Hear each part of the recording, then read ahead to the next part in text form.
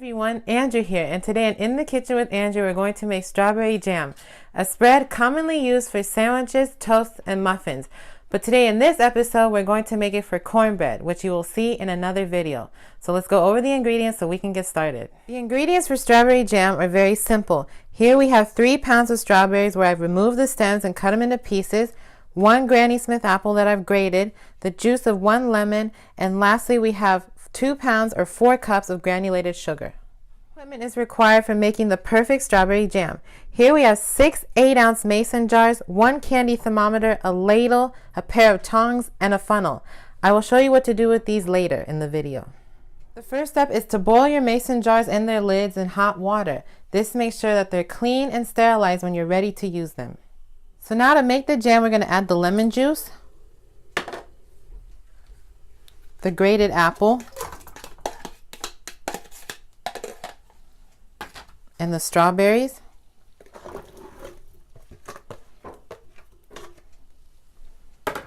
And then we're going to turn on the heat. And we're going to cook this on medium heat for 20 to 30 minutes until the fruit collapses and releases all their juices. Alright, this has been cooking for 20 minutes now. As you can see, all the juice has been released from the fruit. And now the next step is to add in the sugar.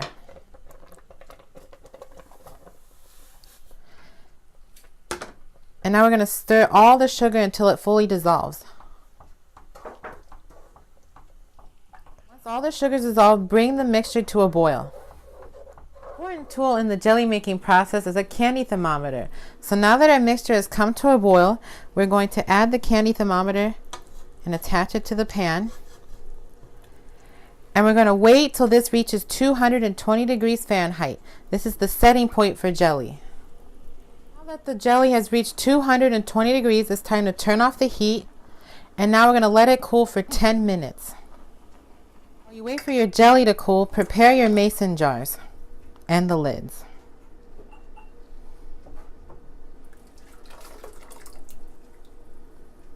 Now that our jelly is cooled, it is time to can them or put them in their jars.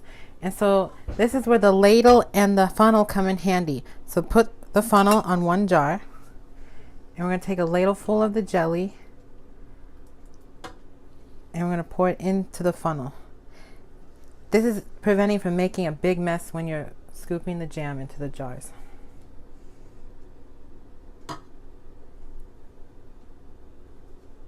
Now that all your jars have been filled, add on the lids.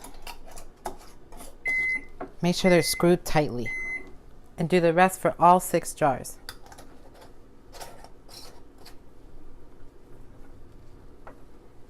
The jars cool until room temperature, then place in the refrigerator to set, or preferably overnight. Now it is time to taste test our jelly. This jelly is from a batch I made previously, and now we're going to taste it. That is really good. You can even eat this out of the jar on your own if you wanted to. Please stay tuned for our next episode, which is cornbread, and we'll be sampling the jelly along with the cornbread. Thank you for joining me in the Kitchen with Andrew. I am